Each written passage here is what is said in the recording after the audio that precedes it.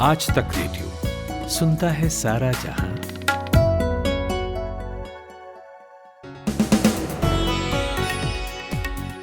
एक बार फिर वक्त हो गया है देश दुनिया की खबरें जानने का, वो भी महज 30 मिनटों में। मेरा नाम नितिन ठाकुर है, ये आज तक रेडियो है और आप सुन रहे हैं 30 जून का इवनिंग न्यूज पॉडकास्ट दिन भर। कुछ खबरों पर हम एनालिसिस भी करते हैं जिनके बारे में लगता है कि इन्हें जरा थोड़ा सा गहराई में जाकर समझना जरूरी है। तो आज बात करेंगे मुआवजे की। मुआवजा उन लोगों को जिनके अपने कोरोना में दुनिया छोड़ गए, क्या कहा सुप्रीम कोर्ट ने और कैसे तय होता है मुआवजा, ये बात समझेंगे। कोरोना की 2 वेव जा चुकी हैं, लेकिन उनका असर इतना घातक था कि अब तक स्टडी जारी है। एक नई स्टडी आई है मैक्स हेल्थ केयर की तरफ से, उसने कुछ बातें साफ की हैं, जानने लायक बातें हैं, तो आपको बताएंगे जरूर। और फिर डेटा लीक की खबर है, उसमें घुसेंगे। लिंक्डइन के डेटाबेस में इस बार चोरों ने सेंध मारी है। हालांकि कंपनी ने कहा है कि ऐसा कुछ नहीं हुआ है, मगर ऐसा है या नहीं टेक एक्सपर्ट से ही जानेंगे। लास्ट में एक अच्छी खबर है, भरोसा सा तो नहीं होता, लेकिन एक संस्था कह रही है कि भारत साइबर सिक्योरिटी के लिहाज से सबसे सुरक्षित टॉप 10 देशों में शामिल हो गया है। अहमियत समझेंगे इस रैंकिंग की, मगर शुरुआत करेंगे हेडलाइंस से। खुशबू सुना रही हैं। देश के निजी अस्पताल को अब सीधे निर्माताओं से कोविड-19 की वैक्सीन खरीदने की अनुमति नहीं होगी। 1 जुलाई से सभी निजी अस्पतालों को कोविन पोर्टल पर ऑर्डर देने होंगे। प्रधानमंत्री नरेंद्र मोदी की अध्यक्षता में आज कैबिनेट बैठक हुई, जिसमें मोदी सरकार की तरफ से पावर डिस्ट्रीब्यूशन रिफॉर्म को मंजूरी दे दी गई है। इसके लिए 3 लाख करोड़ रुपए मंजूर किए गए। वहीं देश में गांव-गांव तक इंटरनेट पहुंचाने के लिए भारत नेट प्रोजेक्ट के तहत फंड को भी मंजूरी दी गई। पूर्वी सिक्किम में भारत चीन सीमा के पास एक ट्रक के खाई में गिरने से सेना के 3 जवानों की मौत हो गई और 3 अन्य गंभीर रूप से घायल हो गए हैं। पंजाब कांग्रेस में मचे घमासान के बीच नवजोत सिंह सिद्धू को पार्टी में अहम जिम्मेदारी मिल सकती है। आज प्रियंका गांधी से मुलाकात के बाद सिद्धू उनके बताए फॉर्मूले पर राजी हो गए हैं। कांग्रेस पार्टी सिद्धू को दी जाने वाली अहम जिम्मेदारी को लेकर अगले 48 घंटे के अंदर प्रेस कॉन्फ्रेंस करेगी। जम्मू एयरफोर्स स्टेशन पर हुए ड्रोन अटैक को लेकर देश की सुरक्षा एजेंसियां अलर्ट पर हैं। हमले को रोकने के लिए स्टेशन पर एंटी ड्रोन सिस्टम लगा दिए गए हैं। साथ ही पूरे इलाके में जैमर भी लगाए गए हैं, जिससे आते हुए ड्रोन के कनेक्शंस टूट जाएं। राजद नेता तेजस्वी यादव और तेज प्रताप यादव ने आज कोरोना की वैक्सीन लगवा ली है। तेजस्वी ने अपने बड़े भाई के साथ पटना के मेदांता अस्पताल में दी जा रही स्पुतनिक वैक्सीन लगवाई है। चाइल्ड पोर्नोग्राफी को लेकर दिल्ली पुलिस ने ट्विटर को नोटिस भेजा है। ट्विटर पर आरोप है कि इस माइक्रो ब्लॉगिंग साइट पर चाइल्ड सेक्सुअल अब्यूज और पोर्नोग्राफिक कंटेंट है, जिसको लेकर अब दिल्ली पुलिस ने ट्विटर से जवाब मांगा है। इस बीच राष्ट्रीय महिला आयोग ने ट्विटर पर अश्लील सामग्री का मामला उठाया है। आयोग ने कहा है कि इस पर 1 हफ्ते के भीतर एक्शन लिया जाए। उत्तराखंड के स्कूलों में गर्मियों की छुट्टी के बाद अब स्कूलों को खोलने का आदेश जारी किया गया है। शासन स्तर से जारी स्कूल खोलने के आदेश के मुताबिक अभी ऑनलाइन पढ़ाई ही होगी। कोरोना संक्रमण की रफ्तार सुस्त पड़ने से ये फैसला लिया गया है। 1 जुलाई से अमूल दूध 2 रुपये प्रति लीटर महंगा हो जाएगा। नए दाम लागू होने के बाद अमूल गोल्ड का दाम 58 रुपये प्रति लीटर होगा। इस बीच पेट्रोल और डीजल के दामों में भी लगातार बढ़ोतरी हो रही है। देश के कई हिस्सों में पेट्रोल 100 रुपये प्रति लीटर से अधिक दाम में बिक रहा है। और क्रिकेट काउंसिल ICC ने वर्ल्ड टेस्ट चैंपियनशिप की दूसरी साइकिल 2021-23 की सीरीजों की घोषणा कर दी है। यह साइकिल भारत और इंग्लैंड के बीच अगस्त से खेले जाने वाली 5 टेस्ट मैचों की सीरीज से शुरू होगी। इसके साथ ही दूसरी वर्ल्ड टेस्ट चैंपियनशिप के तहत सभी टीमों की सीरीज पहले से तय है। हालांकि ICC ने अब तक फाइनल के वेन्यू और तारीख की घोषणा नहीं की है। आप सुन रहे हैं आज तक रेडियो। सुप्रीम कोर्ट ने बुधवार को कोरोना पर अहम फैसला सुनाया है। कहा है कि जिनकी मौत कोरोना से हुई, उनके परिवारों को सरकार मुआवजा जरूर दे। हालांकि सरकार ही ये तय करेगी कि मुआवजे की रकम कितनी हो। चूंकि मौत बहुत ज्यादा संख्या में हुई है, इसलिए सुप्रीम कोर्ट ने माना है कि 4 लाख रुपये हर परिवार को तो नहीं दिए जा सकते।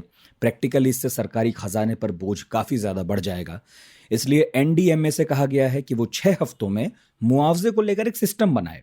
NDMA का मतलब हुआ नेशनल डिजास्टर मैनेजमेंट अथॉरिटी। आप सोच रहे होंगे कि 4 लाख रुपए वाला नंबर जो है वो कहां से आया। तो वो इसलिए क्योंकि कोर्ट में जिन्होंने मुआवजे की याचिका लगाई है, वो चाहते थे कि मृतकों के परिवार को 4 लाख रुपये मिलें। खैर, मुआवजे को लेकर जारी इस बहसा बहसी के कई पहलुओं को समझेंगे हमारे वरिष्ठ सहयोगी कुलदीप मिश्र से। कुलदीप, कुछ एक सवाल मुझे पूछने हैं आपसे। एक तो ये बताइए कि मुआवजे को लेकर कानून क्या कहता है हमारे यहाँ? नितिन, कोविड-19 को लेकर तो हम सब जानते ही हैं कि सरकार ने इसे पिछले साल ही महामारी घोषित किया था।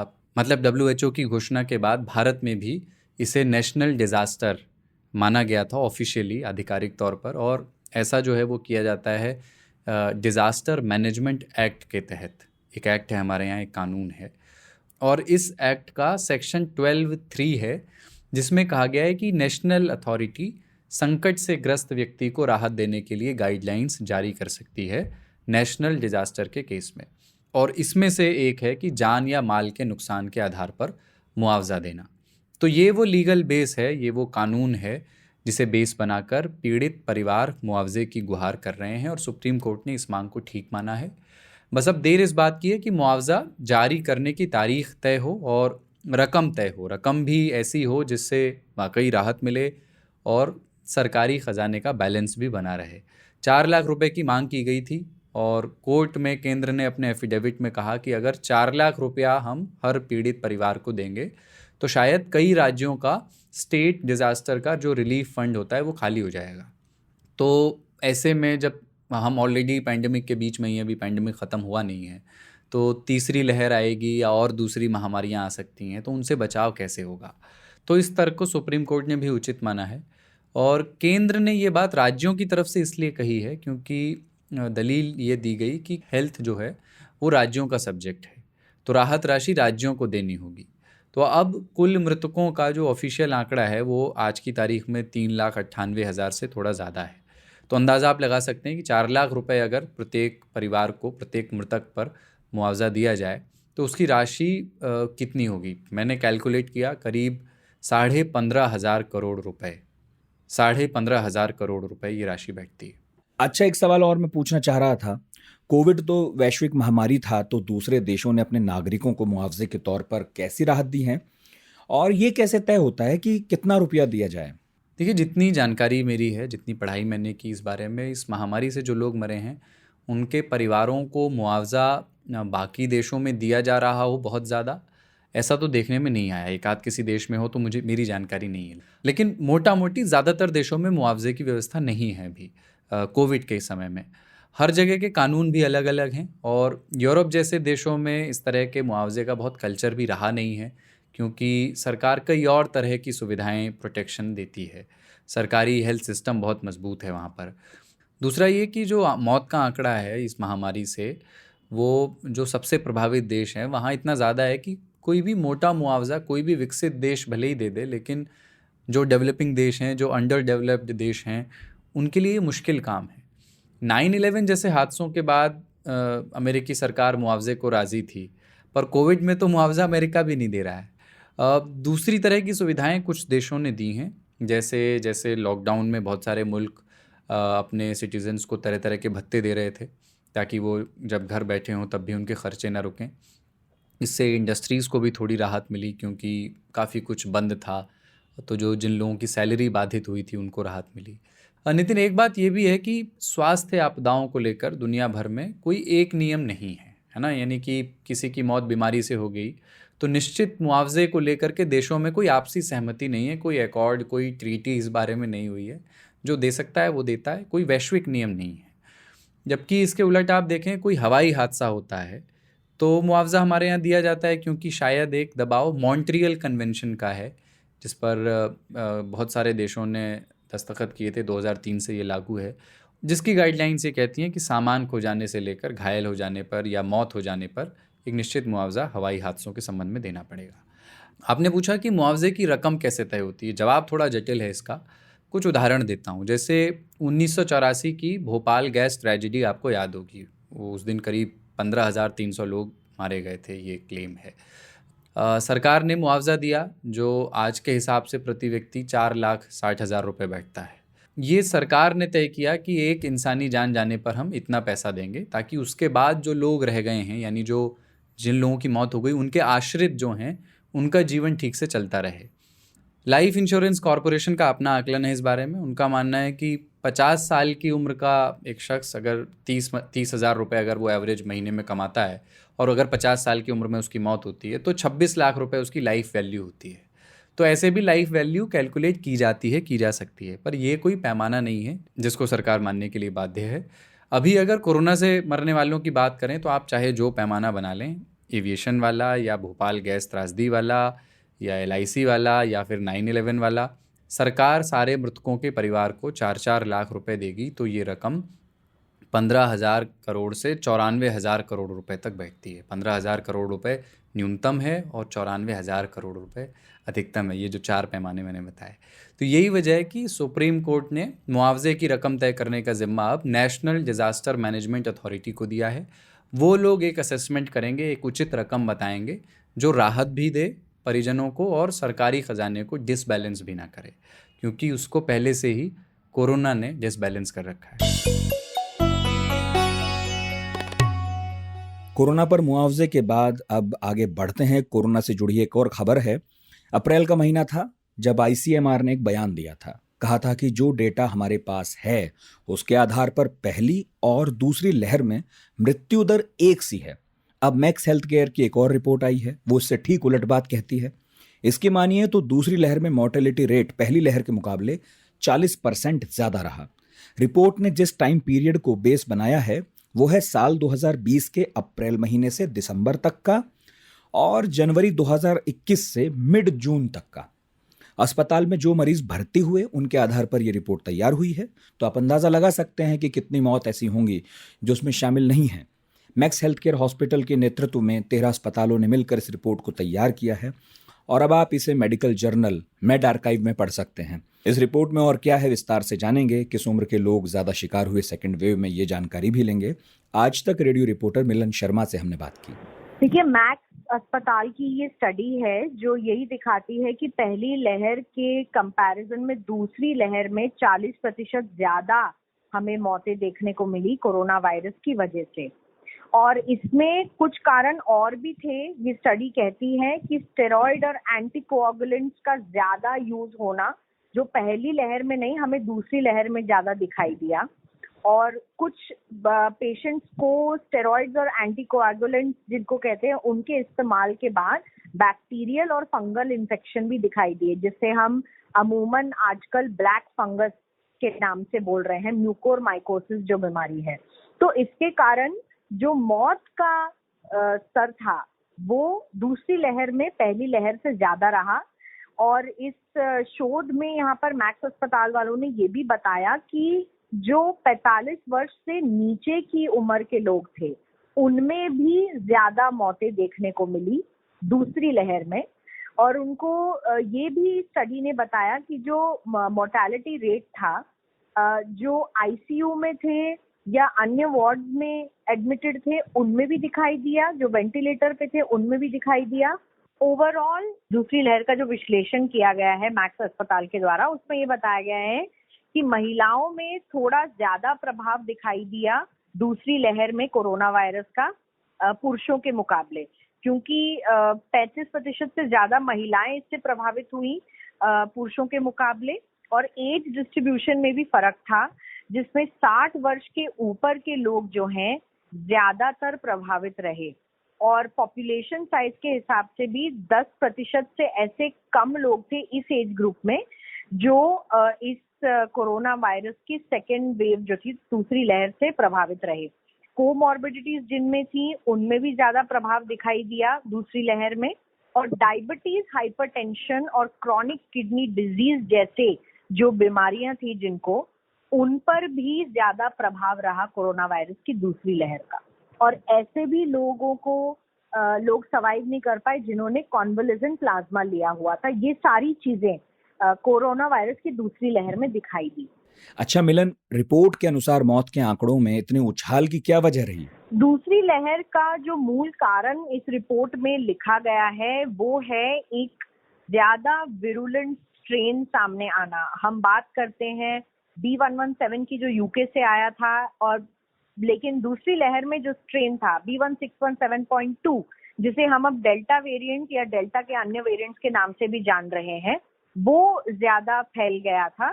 इससे पहले आपको याद होगा एम्स की भी एक स्टडी आई थी, उन्होंने भी यही पाया कि कोरोना की दूसरी लहर में जो अप्रैल से लेकर मई के अंत तक चली, उसमें जो सबसे ज्यादा लोगों को प्रभावित करने वाला जो वेरिएंट था कोरोना वायरस का, वो डेल्टा वेरिएंट था। इस स्टडी में भी यही कहा गया है, लेकिन इसमें और भी कारण बताए गए हैं कि मौतें ज्यादा क्यों हुई। उसमें बेड की कमी होना, ऑक्सीजन की कमी होना, वेंटिलेटर्स की कमी होना, क्योंकि एक तरीके से पूरा ही स्वास्थ्य का जो हमारे पास इंफ्रास्ट्रक्चर था वो चरमरा गया था, वो टूट गया था, और इसी के कारण बहुत सारी जो मौतें हैं वो अस्पताल में हुई। हमें मालूम है कि बहुत मौतें घर में भी हुई, सड़कों पर भी हुई, लेकिन इस स्टडी में जो सैंपल साइज लिया गया है लोगों का और स्टडी करने के लिए कि कितना प्रभाव रहा कोरोना वायरस का, वो सिर्फ उन लोगों का ही है जो अस्पताल में एडमिटेड थे।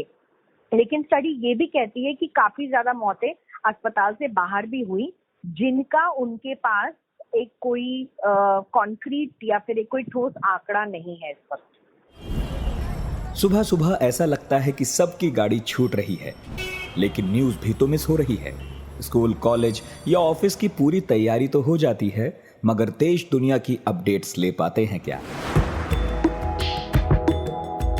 तो आपकी प्रॉब्लम का स्मार्ट सॉल्यूशन ये है कि अपनी सुबह की शुरुआत आप आज तक रेडियो के साथ कीजिए। कल क्या हुआ और आज क्या हो सकता है, सटीक एनालिसिस, पहले बड़ी खबरें और फिर अखबारों के चुनिंदा मोती।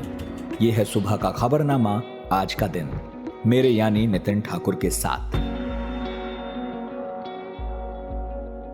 आजकल डेटा लीक की खबरें हैरान नहीं करती हैं, लेकिन हर नई खबर परेशान तो करती है। पता नहीं कब कहां से हमारा ही डेटा लीक हो जाए, ऐसा खटका लगा रहता है। अब प्रोफेशनल नेटवर्किंग प्लेटफॉर्म लिंक्डइन से ऐसी ही खबर आई है कि उसका डेटाबेस जो है उसमें सेंध लगा दी है किसी ने। हालांकि 756 मिलियन यूजर्स का डेटा लीक होने की ये जो खबर है उस पर कंपनी ने मुहर नहीं लगाई है। कहा है कि जांच जारी है और ये पहली बार नहीं है जब ऐसी बात सामने आई हो। लिंक्डइन के मामले में दूसरा मौका है। अब सवाल ये है कि हमें कैसा पता चले कि डेटा चोरी हुआ है या नहीं हुआ है? तो हमने जानने के लिए बात की आज तक रेडियो रिपोर्टर मुंजिर अहमद से। लिंक्डइन डेटा ब्रीच जो है ये कोई नई बात नहीं है, क्योंकि अभी इनका स्टेटमेंट आया, इन्होंने कहा कि हमारे एंड से कोई भी डेटा ब्रीच नहीं हुआ। इनफैक्ट वो इसकी इन्वेस्टिगेशन कर रहे हैं।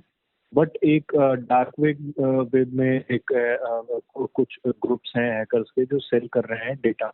इस बार पता लगा है कि 92% यानी 700 मिलियन जो यूजर्स हैं, लगभग 92% उन लोगों का डेटा लीक हो गया, जिसमें काफी जरूरी जानकारियां दी गई हैं। लेकिन अब आपको अगर ये पता लगाना है कि डेटा आपका लीक हुआ है या नहीं, तो इसका कोई ऑफिशियल ऐसा कुछ पोर्टल वगैरह नहीं है। लेकिन हैव आई बीन पॉन्ड करके एक वेबसाइट है, जहाँ पर जाकर के अपना ईमेल आईडी दे करके पता लगाया जा सकता है कि आपका डेटा कौन कौन से डेटा ब्रीच में शामिल रहा है। अब इस डेटा लीक का जहाँ तक सवाल है, तो 2019 में और उससे पहले भी एक बार इसी तरह का डेटा लीक हुआ था, और अप्रैल में भी ये खबर आई थी कि 500 मिलियन अकाउंट्स से जो डेटा है वो लीक हो गए हैं। लेकिन अभी फिर से लिंक्डइन ने ये भी क्लियर कर दिया है कि कई जगहों पे जो मल्टीपल लोग जो सेल कर रहे हैं डार्क वेब पर डेटा, तो वो कहीं और किसी दूसरे सोर्स से लिया हुआ है, वो लिंक्डइन से लिया हुआ नहीं है। तो अभी इस पे इन्वेस्टिगेशन चल रही है। अच्छा मुंजिर, क्या क्या डेटा चला गया होगा? 2-3 चीजें हैं इससे जुड़ी हुई। पहली बात तो ये है कि किसी एक हैकर का ये काम नहीं है। इसमें कुछ ग्रुप्स इन्वॉल्व हैं जो काफी पहले से, जब से माइक्रोसॉफ्ट ने लिंक्डइन का एक्विजिशन किया तब से टारगेट कर रहे हैं उसको। अभी जो डेटा लीक हुआ है, जो रिपोर्ट्स हैं, क्योंकि अभी क्लियर नहीं है, क्योंकि पुराना है या नया है ये साफ नहीं है, तो जो डेटा है उसमें ईमेल एड्रेस है, यूजर का पूरा नाम है, फोन नंबर है, अगर उन्होंने यूजर्स ने अपने अकाउंट में अपना एड्रेस डाला है तो वो भी है, जियो लोकेशन के रिकॉर्ड हैं, लिंक्डइन का user name, of course profile URL है, इसके अलावा पर्सनल एंड प्रोफेशनल एक्सपीरियंस की डिटेल है जो कि लिंक्डइन पे अपडेट किया जाता है, जेंडर है, और दूसरे सोशल मीडिया अकाउंट के यूजर नेम है। तो मोटे तौर पे ये है कि जो भी आपने पब्लिक डोमेन में रखा है लिंक्डइन पे, तो वो तो जानकारियां, और जाहिर सी बात है वो पब्लिक है ही, तो उसे कोई एक भी कोई भी हैकर किसी एक डेटाबेस में रख करके ये क्लेम कर सकता है कि ये डेटा लीक हुआ है। दूसरी चीज ये है कि कुछ चीजें संवेदनशील होती हैं, जैसे आप डेट ऑफ बर्थ वगैरह हाइड कभी कर सकते हैं उसमें से, तो वो भी लीक होने की खबर है। और फोन नंबर भी पब्लिक इंसान नहीं करता है, तो वो भी दो तीन चीजें जिसमें संवेदनशील है। हालांकि इसे लेकर के ऐसा नहीं है कि किसी की अकाउंट सिक्योरिटी पे कोई दिक्कत आई है, क्योंकि पासवर्ड रिसेट करने के लिए भी कंपनी ने नहीं कहा है और कंपनी ने इसे लेकर अभी तक कोई एडवाइजरी भी जारी नहीं की। इसका मतलब अभी कुछ भी कह पाना मुश्किल है कि ये ऑफिशियल है या नहीं ऑफिशियल है। देखिए, लिंक्डइन ने इस बात से साफ इनकार कर दिया है कि उनकी ओर से किसी भी तरीके का डेटा लीक हुआ हो। ये जो इनका स्टेटमेंट है वो कितना संतुष्ट करने वाला है। और इससे पहले इसी साल अप्रैल में लिंक्डइन ने खुद 500 मिलियन यूजर्स के डेटा लीक के बारे में पुष्टि की थी। लिंक्डइन का थोड़ा सा इतिहास रहा है डेटा ब्रीच को लेकर के, इनकी सिक्योरिटी पर सवाल उठाए जाते रहे हैं और इस बार भी प्राइवेसी फर्म ने यही आरोप लगाया है कि लिंक्डइन भले ही डिनाई कर रही इस चीज को, बट 700 मिलियन यूजर का डेटा लीक हुआ है। तो अभी ये ऑफिशियल जो इनका स्टेटमेंट है वो तो यही है, लेकिन सिक्योरिटी एनालिस्ट ने कुछ काउंटर वेरिफिकेशन भी किया है, चेक करके जिन यूजर्स का डेटा है वो मिला करके कि कौन से यूजर का कहाँ लीक हुआ है। तो उन्होंने पाया है कि डेटा तो लीक हुआ है, लेकिन अभी भी सिर्फ और सिर्फ एक सिक्योरिटी फर्म है जो बोल रही है कि ये डेटा नया है, लेकिन दूसरे जो हैकर्स हैं वो कह रहे हैं कि ये डेटा काफी पहले से लीक हो चुका है और धीरे धीरे इसे जो हैकर है वो डार्क वेब में, मतलब टुकड़ों टुकड़ों में करके वो बिक्री के लिए उन्होंने लगाया है डार्क वेब में।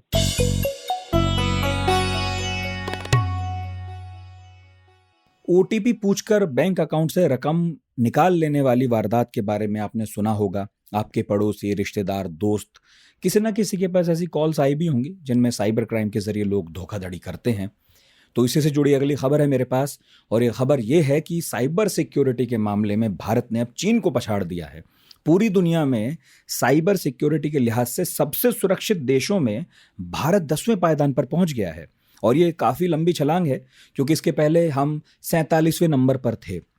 इंटरनेशनल टेलीकम्युनिकेशन यूनियन की तरफ से जारी ग्लोबल साइबर सिक्योरिटी इंडेक्स, जिसे कहते हैं GCI, उसके मुताबिक भारत जो है वो 100 में से 97.5 अंक के साथ ये जो है 10वें पायदान पर पहुंचा है। तो साइबर एक्सपर्ट्स का तो कहना है कि भारत के लिए बहुत अच्छी खबर है और ये रैंकिंग साइबर वॉरफेयर में बहुत इंपॉर्टेंट रोल निभाती है। तो क्या होती है साइबर वॉरफेयर और मौजूदा वक्त में साइबर रैंकिंग का बेहतर होना कितना ज़रूरी है, इस बारे में हमने बात की साइबर एक्सपर्ट प्रशांत माली से। देखिए, साइबर वॉरफेयर जो होता है, स्टेट्स के बीच में खेला जाने वाला डिजिटल अटैक होता है, उसको हम साइबर वॉरफेयर कहते हैं। ये जो साइबर अटैक्स होता है, इससे जरूरी नहीं है कि कोई फिजिकल आपके यहाँ पे नुकसान हो, लेकिन एक दूसरे के ऊपर अटैक करना, कोई डेटा उसमें से चुराना, कोई आपकी सिस्टम है उसे बंद कर देना, ये इसमें शामिल होता है। और ये अक्सर नॉन स्टेट एक्टर्स के थ्रू किया जाता है। नॉन स्टेट एक्टर्स मतलब जिसको स्टेट स्पॉन्सर्ड नहीं होते, लेकिन सबको पता होता है कि इसमें स्टेट का हाथ है करके। तो ये नॉन स्टेट एक्टर्स के बीच में जो होता है, जिसे गनीमी काव्य भी कहते हैं, एक गुरिल्ला वॉरफेयर होता है, वो कंटिन्यूअसली चलते रहता है इसके ऊपर। ये इम्पोर्टेंट इसलिए है क्योंकि आपके साइबर स्पेस की बाउंड्रीज का सुरक्षा कैसे करते हैं, उस पे आपके यहाँ पे जो कंपनीज है वो कितना सुरक्षित महसूस कर सकती है, ये तय होता है। जैसे आपका एक सिटीजन होता है, वो आपके कोई देश में रहता है, तो आप अपनी बाउंड्रीज को कैसे प्रोटेक्ट करके अपने जो सिटीजन को सुरक्षित महसूस करवाते हैं, उसी तरह से साइबर स्पेस में भी जो बिजनेस करने वाली कंपनीज है उनको आप सुरक्षित कैसे, वो जरूरी हो जाता है। साइबर वॉरफेयर जो है, तो वो एक कंपनी टू कंपनी भी खेला जा सकता है।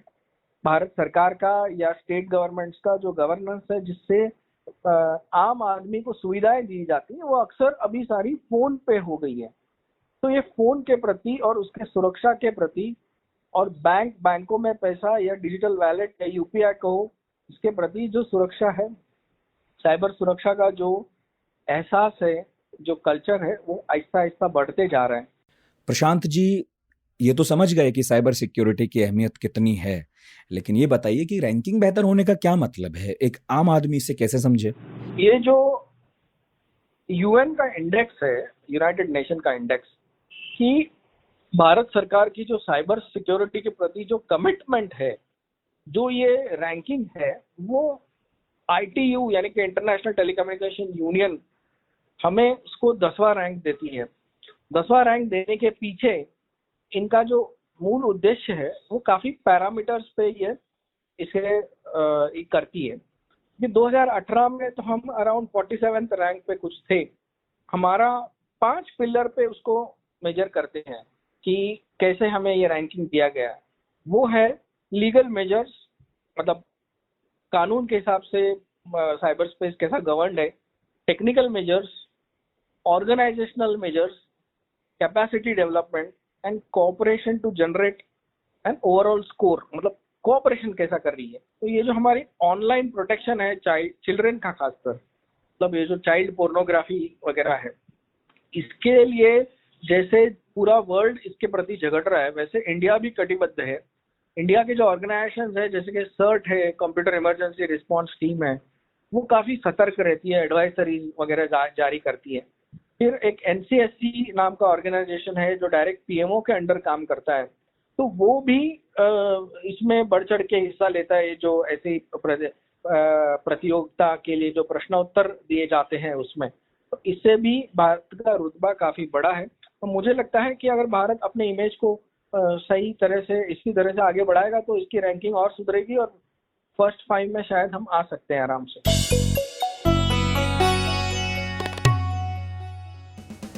और अब हो गया है चला चली का वक्त, लेकिन आज बुधवार है तो रात 9 बजे हमारी बैठकी जमेगी ट्विटर पर। सोशल मीडिया डे भी है आज। बैठकी का नाम होता है बेबाक बुधवार। बात होगी चाय और भूत की। सुनकर ही मजा आ गया ना? तो आइएगा ट्विटर पर, वहीं मिलेंगे। कुछ कहना सुनना हो तो वहां पर कह दीजिएगा, और अगर मेल करना चाहें तो radio@aajtak.com है ही। इसके अलावा ट्विटर, फेसबुक, इंस्टाग्राम है ही, यहाँ पर कमेंट कर दीजिएगा। आज का दिन भर प्रोड्यूस किया है खुशबू ने और साउंड मिक्सिंग का काम किया है अमृत रेगी ने। मेरा नाम नितिन ठाकुर है। सुनते रहिए आज तक रेडियो।